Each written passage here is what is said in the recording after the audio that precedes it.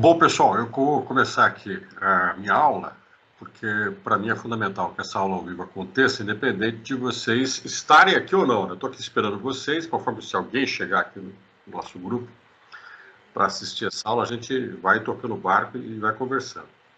Mas eu vou aproveitar e vou trabalhar nessa aula, objetivamente, os conteúdos relacionados à sociedade de consumo que a gente vai desdobrar nessas aulas que a gente vai ter.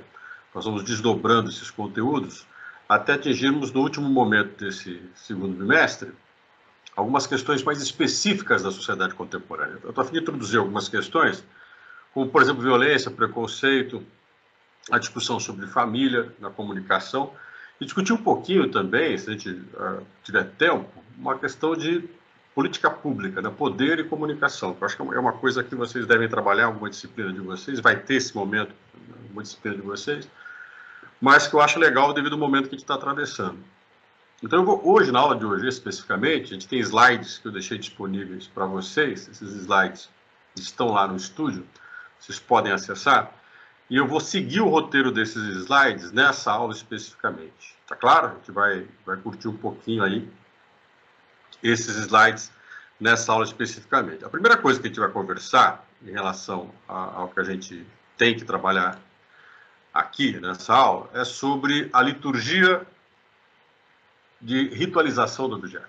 Ou seja, a principal questão é que existe, por parte na sociedade de consumo, na organização da sociedade de consumo, o que a gente chama de uma liturgia formal do objeto. Existe todo um estudo desenvolvido na publicidade, no marketing, no design, na arquitetura. Existe uma tendência de diversas áreas do conhecimento a organizar um projeto em torno do objeto, dos ambientes, focado na condição do consumo, ou seja, na atração do indivíduo para a compra de um produto ou de um serviço.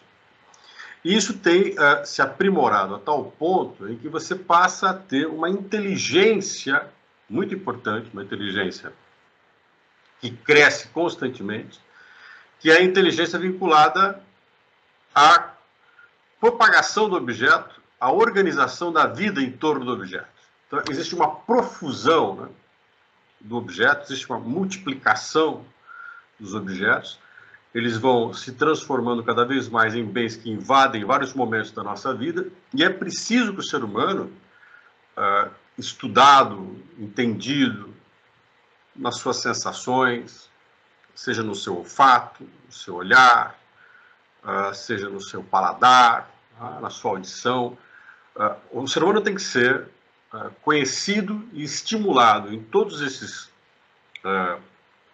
essas percepções dele, a compreender o objeto próximo a ele, a entender a importância da condição do objeto existindo no mundo dele. Então, existe toda uma ritualização inteligente, pensada, em torno do objeto. Então, nós estamos vivendo numa sociedade onde os ambientes e os objetos são pensados. Claro que são ambientes, se você parar para pensar, que sociedade é essa que produz esses ambientes inteligentes na busca do consumo? É uma sociedade em alguns espaços coordenados, alguns espaços pensados, outro, às vezes, de encontros e acasos, mas que é preciso perceber que existe em cada um desses lugares uma mensagem de desejo de consumo, uma necessidade vinculada à aquisição. Se você estiver num bairro, seja ele qual for, circulando num bairro, observando outdoors, mensagens, a associação nas propagandas, na publicidade, de produtos a determinados ambientes, a associação de produtos e serviços a determinadas linguagens, a determinadas leituras estéticas, grupos de pessoas, formas de compreensão de mundo, linguagem definida, inclusive com a utilização de determinados tipos de termos que é específico de determinados grupos. Então, você tem toda uma sociedade que constrói, toda uma ambientação construída na sociedade, para que esse indivíduo se identifique com esse ambiente e se sinta pertencente a esse ambiente, porque ele está associado a um objeto, a um serviço que o inclui. Claro? Existe uma inclusão. Quando você pega uma propaganda, por exemplo, de um curso de inglês, em que a pessoa está no aeroporto e não consegue se comunicar com alguém que está vendendo a passagem, com a aeromoça, isso exclui. Se ele tiver aquele serviço, se ele tiver aquele produto, aquela condição, ele é incluído. Aquele ser humano que se identifica efetivamente porque tem determinado tipo de roupa, usa determinado tipo de sapato, determinado tipo de relógio, determinado tipo de celular. Aquele ser humano que frequenta determinados lugares. Então você cria aí, né, uma espécie de diálogo entre o objeto e o ser humano, com códigos específicos. Existem leituras e relações específicas. Esse ser humano está construído nesse código específico. Esse ser humano está ligado a esse objeto nessa condição. Ele consegue dialogar com esse objeto. Não é à toa que determinadas marcas têm mídias em que essas marcas conversam com as pessoas. Tá claro? A marca está disposta a dar opinião sobre diversas questões sociais, preservação do meio ambiente, questão de gênero, associado a determinados tipos de expressões musicais, expressões estéticas. Eu preciso criar, junto com a marca, junto com o produto, uma identificação humana. Aparentemente, é para você buscar o objeto dentro de determinados tipos de conceitos humanos, mas objetivamente você tem, pela própria formalidade do objeto, pela própria inteligência que o objeto apresenta, ou pelo menos se coloca como algo inteligente, o objeto é quem te inclui. Efetivamente é o objeto que te educa, efetivamente é o objeto que te dá uma personalidade, te dá uma identificação.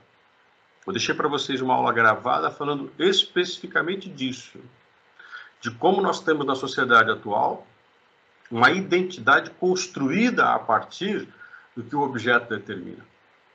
Por isso que a formação do ser humano, que antes era uma angústia, né, o ser humano angustiado, né, como diz Sartre, é o ser humano que vive as coisas, é o ser humano que vivencia experiências, é o ser humano que sente dores, aflições, um ser humano que está angustiado no mundo, jogado no mundo, então ele precisa conviver com o outro, como diz ainda Sartre, o outro é o nosso inferno. Eu preciso conviver com alguém que não sou eu, então eu preciso dialogar com esse outro. Eu passo a não ter mais isso. Se isso era um elemento de construção da identidade, ter que conviver com o outro, eu passo a intermediar essa relação com o objeto que identifica você, e quando o outro olha para você, enxerga você identificado pela coisa, pelo serviço, pelo consumo.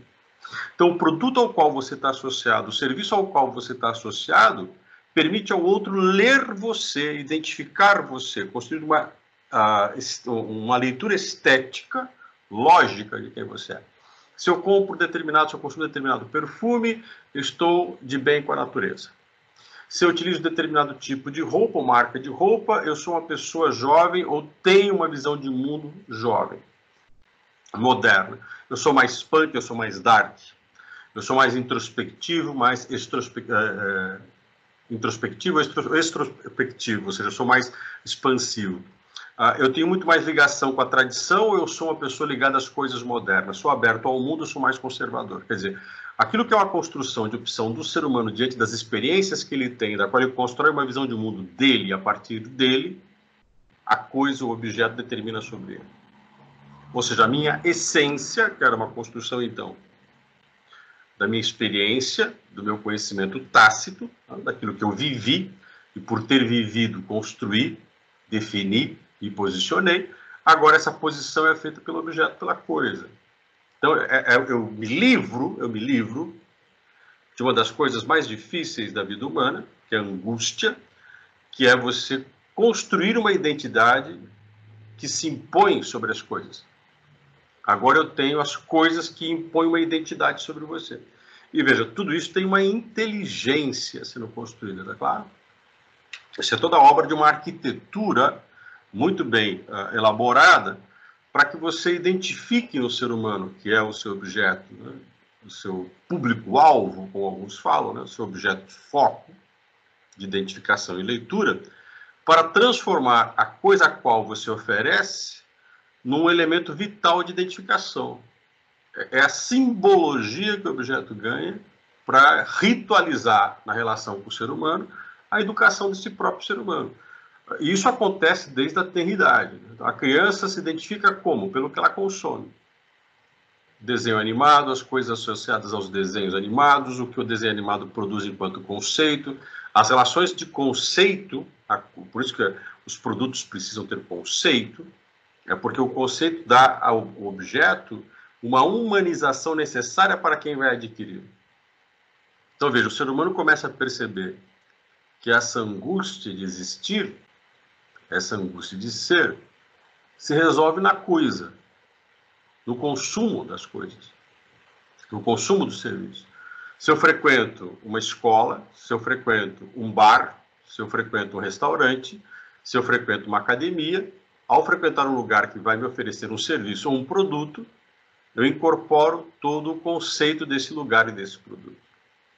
Então está disponível para mim a resposta para algo que sempre foi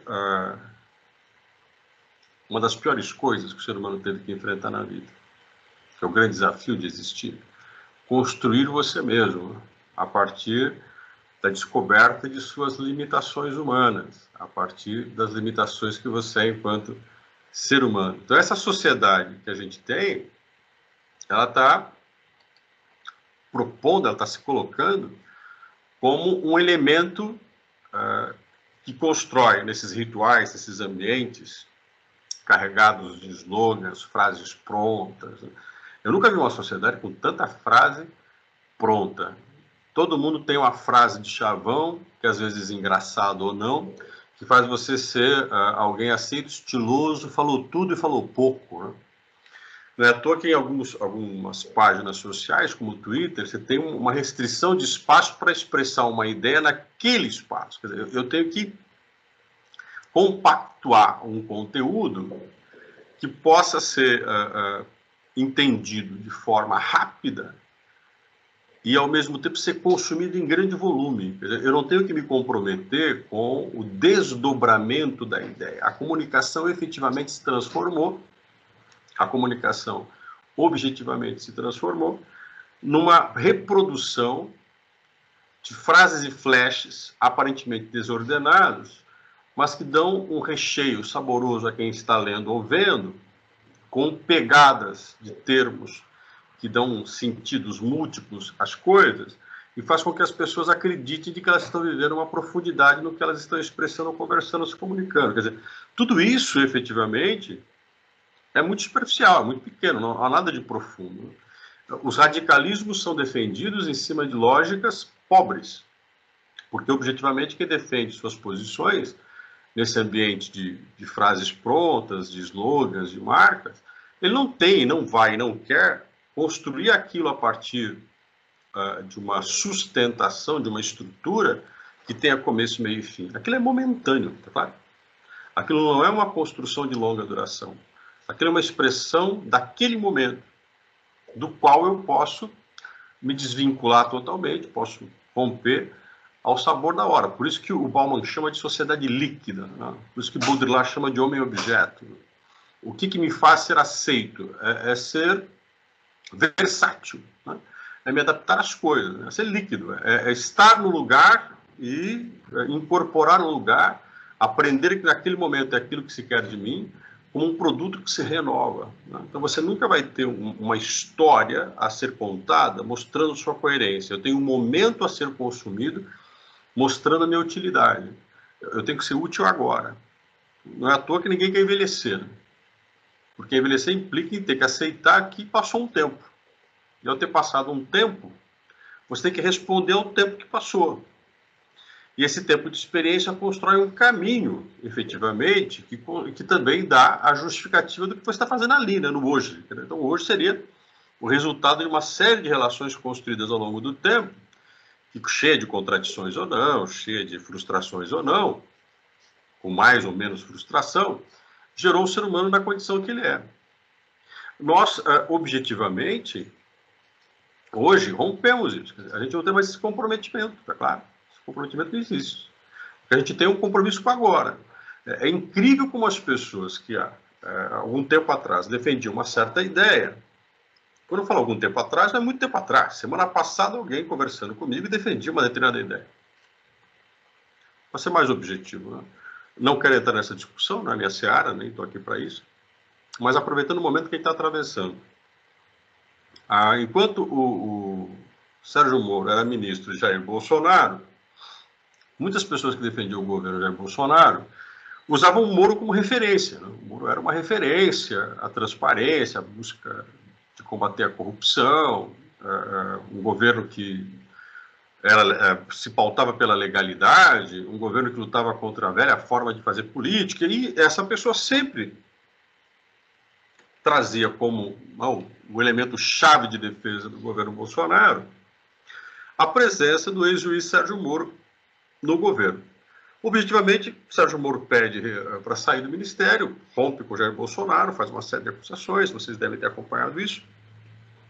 E ao encontrar essa pessoa, penso, né, ela repensa a posição dela diante desse argumento que saiu, não, ela continua apoiando o governo e transforma o Moro num traidor. Né? Ele traiu a verdade. Então, quer dizer, a verdade é algo que eu efetivamente penso, faço uma reflexão e a entendo de forma profunda, ou a verdade é uma crença?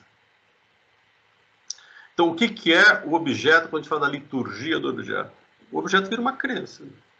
Objetivamente, o objeto passa a ter um ritual sagrado, ele passa a ter um ritual de idolatria. O objeto sempre estará certo, tá claro? O objeto é mágico. Ele jamais vai se corromper.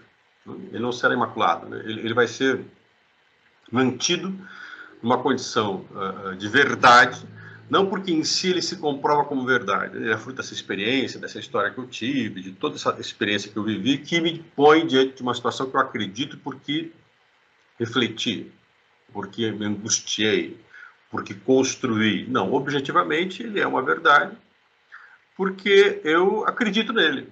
Né? Eu tenho aí uma crença nele como um elemento da verdade.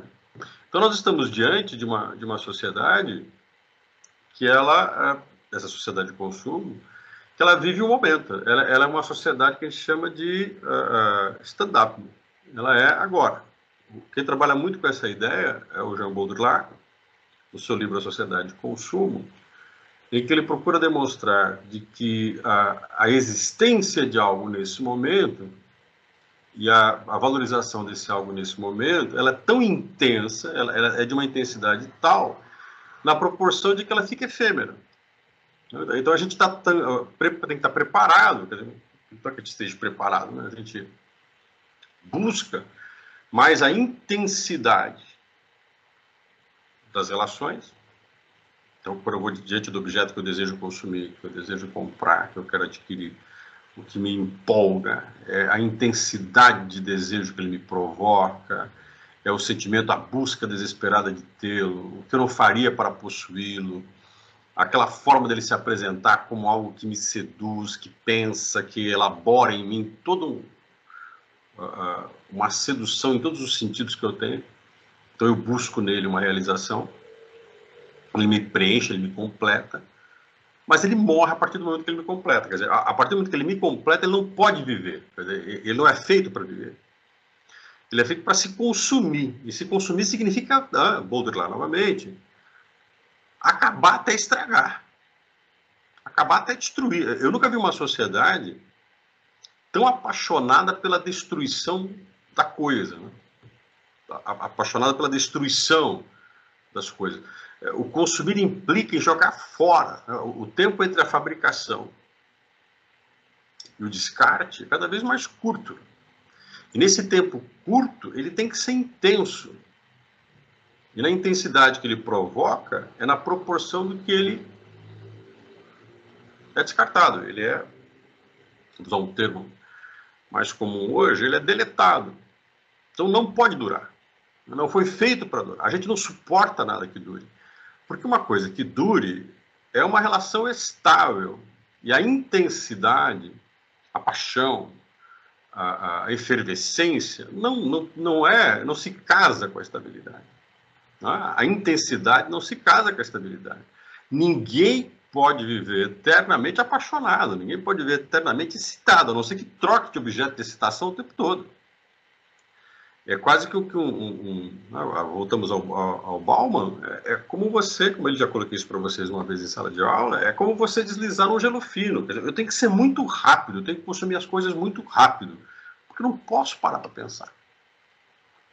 Isso não foi feito para a gente pensar. Nada do que significa uma reflexão mais profunda se consome com intensidade.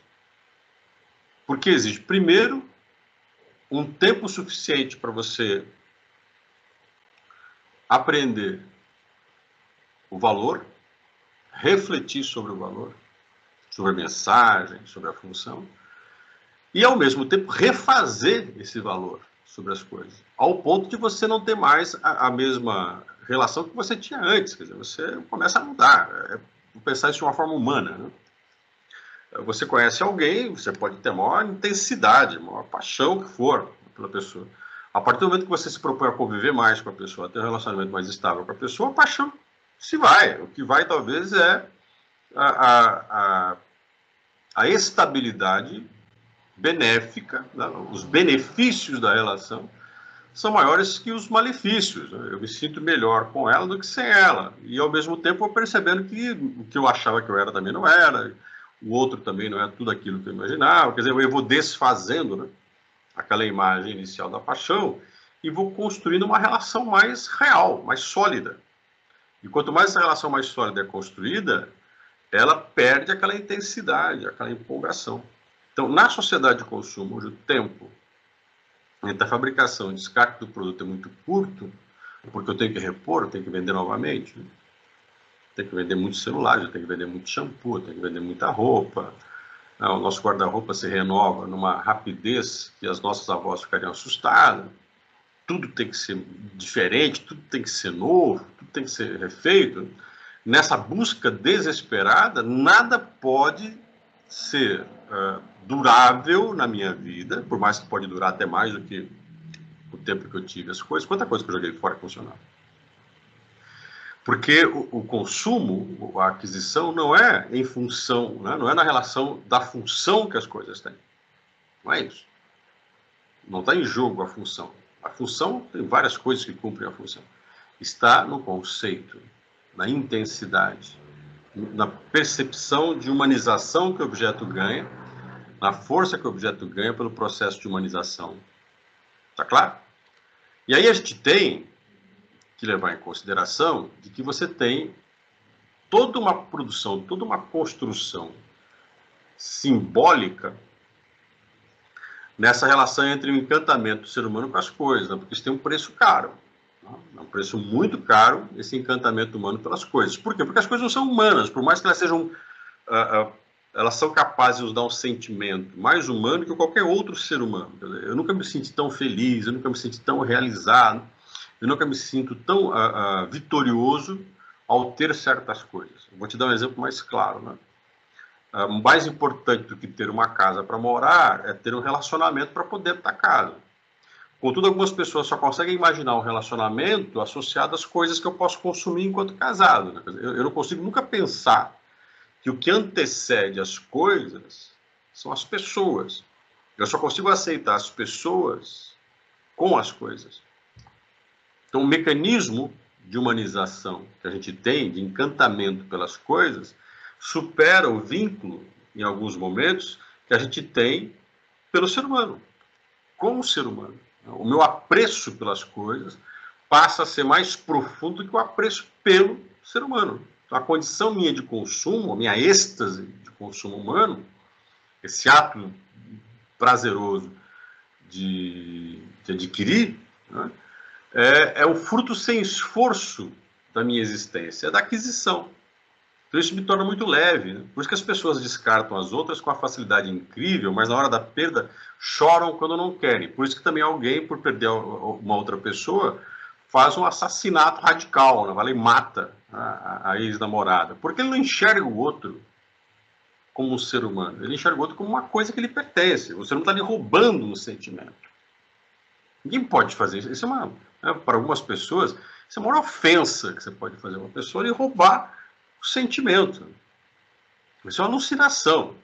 Porque o sentimento envolve a relação entre duas pessoas, mas hoje em dia o sentimento envolve a minha sensação, o meu sentimento por alguma coisa. E essa coisa pode ser um objeto, como pode ser um ser humano. E a mesma lógica que eu uso para o objeto, eu uso para o ser humano.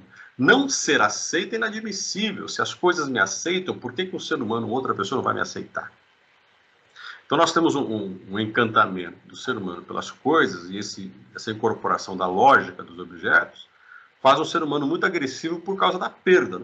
Esse ser humano ele não suporta muito as perdas que ele tem. E aí que as coisas ganham significado diferente, aí que você passa a ter alguns tipos de leituras sobre a vida um bocado diferente. É o que eu chamo da simbologia, a reconstrução simbólica das relações que a gente tem. As pessoas falam assim, amor, né? O amor líquido, vamos pegar o Bauman, falar do amor líquido. O sentimento, o amor, ele deixou de ser o sentimento pelo outro, ele passa a ser o sentimento por si mesmo refletido no outro. Tá? A preocupação maior nossa é enquanto o outro me ama do que se eu realmente amo o outro. Tem muita gente que vira para outra pessoa e fala assim, eu te amo. E objetivamente não é o amor pelo outro, é o amor por si mesmo refletido no outro. Eu tenho que me afirmar usando o outro como um objeto de afirmação. Da mesma forma, quando eu compro alguma coisa que me valoriza, e eu penso, tenho valor pela coisa que eu tenho, objetivamente as pessoas têm as relações porque eles se sentem valorizados com as relações. Não que eles valorizam as pessoas. É muito engraçado. Tem gente que fala assim, eu gosto muito dela, mas eu não sei o que ela pensa, eu não sei o que ela faz, não sei o que ela trabalha, e acho um saco conversar com ela sobre as coisas que ela gosta. Quer dizer, como é que você gosta de alguém desse jeito?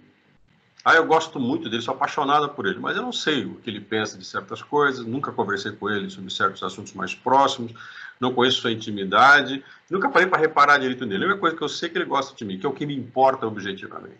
Ele faz as coisas por mim, que é o que me importa objetivamente.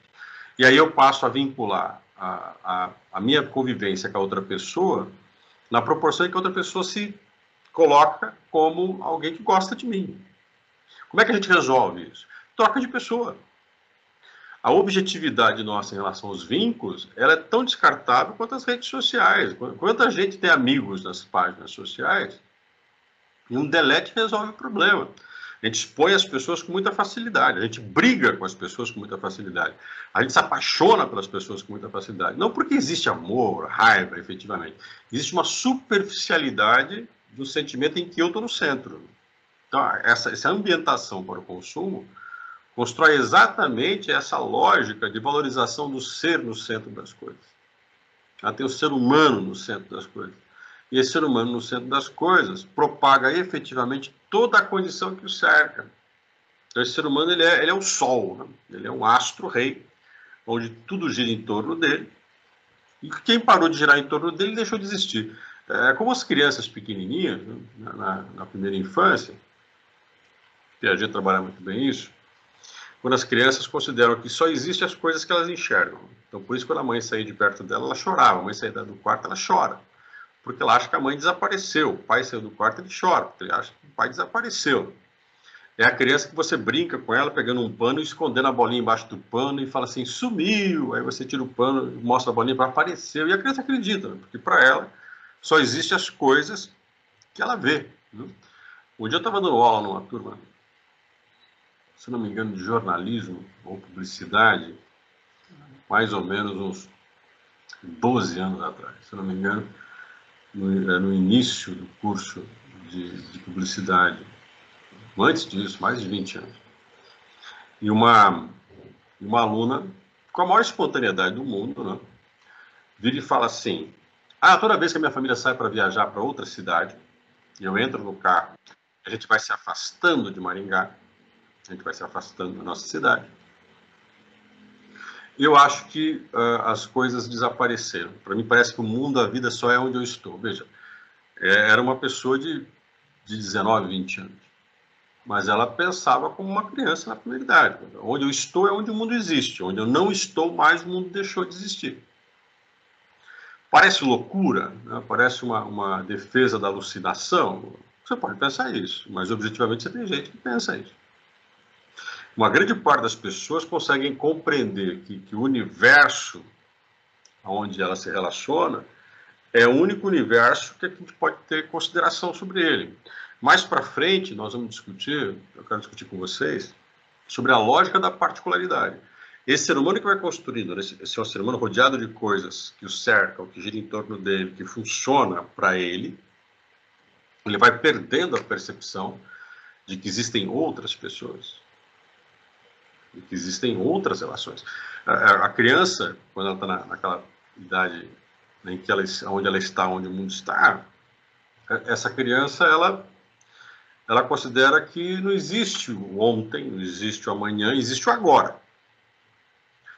Ela tem medo de dormir, ela não quer dormir, por quê? Porque ela acha que se ela dormir, tudo vai acabar, inclusive ela mesma. Então, por isso que ela resiste em fechar os olhos, né? Tem criança que, nossa, resiste em dormir demais.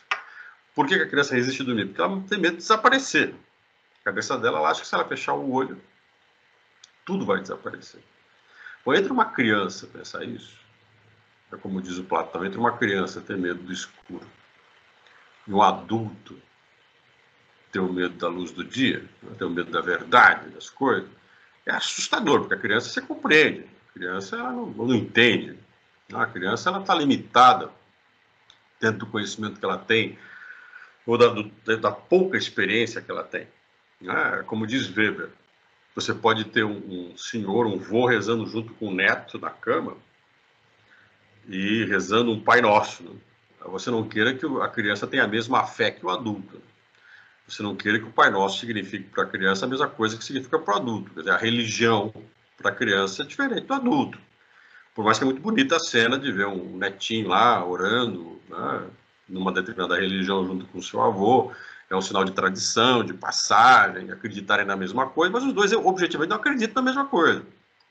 Na sociedade de consumo que a gente está falando, é que você pode dar o direito ao adulto, nessa lógica do objeto, nessa ambientação, nessa infantilidade de ter atendido todos os seus interesses, nesse homem no centro das coisas, né, o ser ego, né, no centro das coisas, esse ser humano que tem que ser atendido por tudo, por todas as coisas, não pode ser contrariado, ele tem o direito de pensar como criança, como diz Pascal Bruckner, né? O adulto agora reivindica o estatuto da criança e do adolescente. Eu posso ter 40 anos, eu posso ter 50 anos, eu quero reivindicar para mim o direito de ser criança.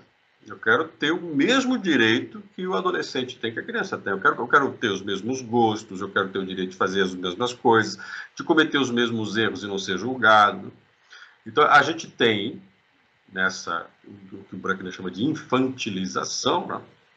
Nessa tentação que a gente tem. A gente é louco para ser inocente, né? A gente é doidinho. Tanto é que o Pascal Bruckner tem uma obra chamada A Tentação da Inocência, que mostra o quanto a gente é louco para ser inocente. A gente é apaixonado pela inocência. Da sociedade atual, o que mais se vende para as pessoas é a culpa não é sua. Porque assumir uma culpa é coisa de adulto. Né? É adulto que chama a responsabilidade para si. Mais adulto ainda é aquele que faz as coisas sabendo que vai ter consequências. Então, isso tudo, essa maturidade, não é típica do consumidor contemporâneo.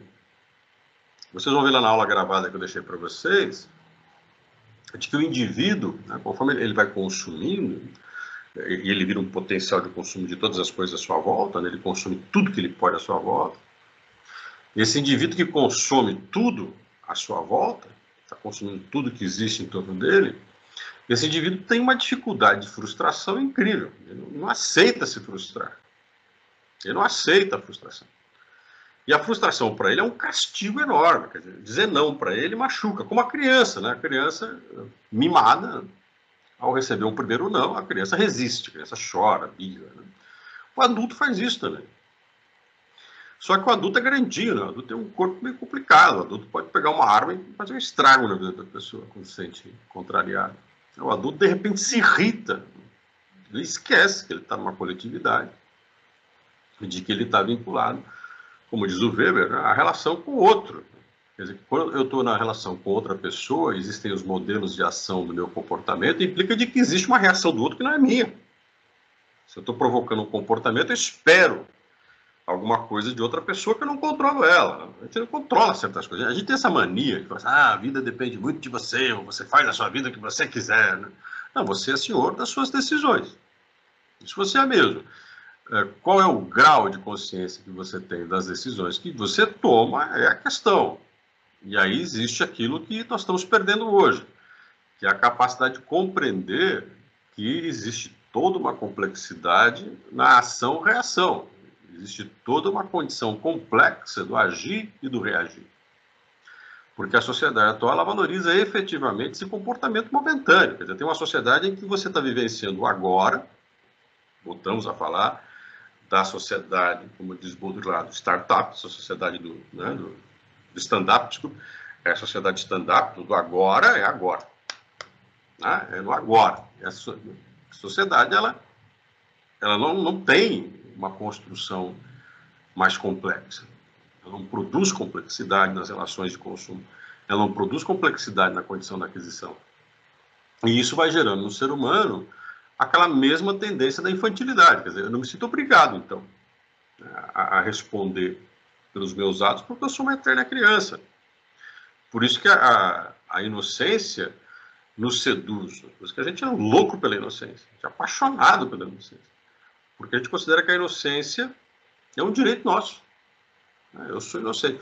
É engraçado que você escuta, né? Ultimamente a gente tem escutado isso. Até governantes falando, né? Deputados. Eu sou inocente. Fui traído. Eu não sabia. Eu não sabia. Fizeram pelas minhas costas. Quando eu percebi, me traíram. É um discurso que as pessoas incorporam. Estamos falando do representante público, mas isso é uma coisa cotidiana. As pessoas incorporam, quer dizer, isso demonstra o quanto que as pessoas, quando agiram lá atrás, elas não estavam preparadas para a consequência da ação, que é fundamental. Se você age, há uma consequência. Então, essa sociedade de consumo, ela ambienta a tal ponto em que ela procura evitar que fique expresso no comportamento de consumo, que fique expresso no ambiente de consumo, a consequência do ato de consumir, a consequência do que fez o produto, né, o que faz o produto chegar até mim, para me olhar para as coisas e entender, bom, de onde veio isso, qual é a relação que produz esse objeto, quais são as condições complexas que fazem essa condição existir. Durkheim, né? A solidariedade social, a rede de relações que produzem os fenômenos, é uma coisa fantástica. Durkheim é um cara que acreditava que era possível ter uma elevação moral, ética, a partir do momento que o ser humano fosse consciente da complexidade das cadeias de relações que o formam, fosse capaz de entender toda a complexidade que gera a nossa existência. Então, o Durkheim acreditava que o ser humano, quando ele chegasse a esse ponto de ter essa consciência, esse ser humano seria mais responsável pelo seu ato. Né? Então, o ser humano ele pararia para pensar na sua atitude, porque ele teria muito claro que uma ação tem uma reação. Não querendo essa reação, Weber, né? Não querendo essa reação, não provoca a ação. O Weber acreditava que a racionalidade na ação social, essa consciência racional que eu tenho, né? Se eu quero chegar em determinado lugar, né? Se eu quero chegar em determinado ponto, quero chegar em determinado objetivo, então eu tenho que pensar quais são as consequências dessa busca que eu vou ter. Tendo ciência das consequências, eu me pergunto, faço? Não faço. É aquelas três tendências lógicas das bases filosóficas, se não me engano, aristotélicas. Né? Quero, devo, posso. Claro.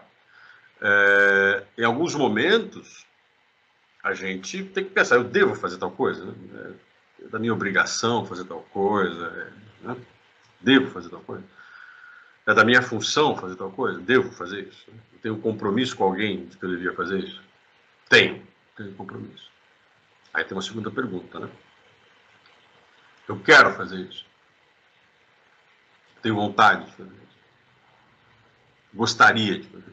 Então é diferente entre ter a obrigação de fazer, né? É da minha função fazer. Eu quero fazer. Estou a fim de fazer. E aí a coisa mais importante, talvez, que junte essas duas efetividades. Né? Posso fazer? Eu tenho condições para fazer, eu posso fazer. Está nas minhas mãos fazer isso ou não. Tendo consciência disso, eu pratico ação.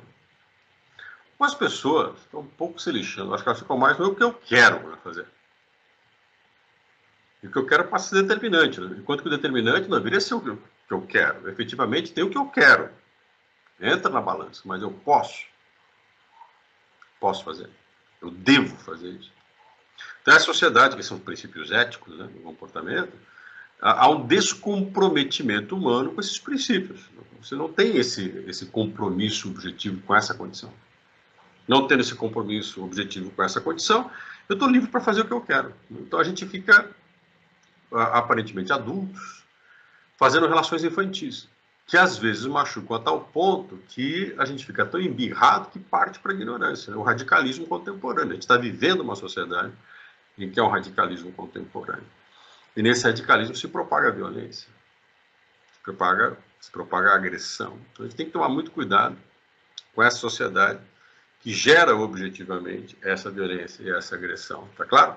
Bom, vou encerrar por aqui minha aula, mesmo sem a presença dos meus alunos, mas deixando claro para vocês de que essa aula vai ficar disponível, tem ainda que ver, né, na minha vida analógica, que agora é digital, tem que ver como é que faz isso, mas eu vou salvar essa aula, deixar disponível para vocês lá no estúdio, no YouTube também, ou no Facebook, para que vocês possam assistir. Um abraço para vocês, saudades aí, meus alunos, alguém assistir essa aula, saudades aí de vocês, um forte abraço.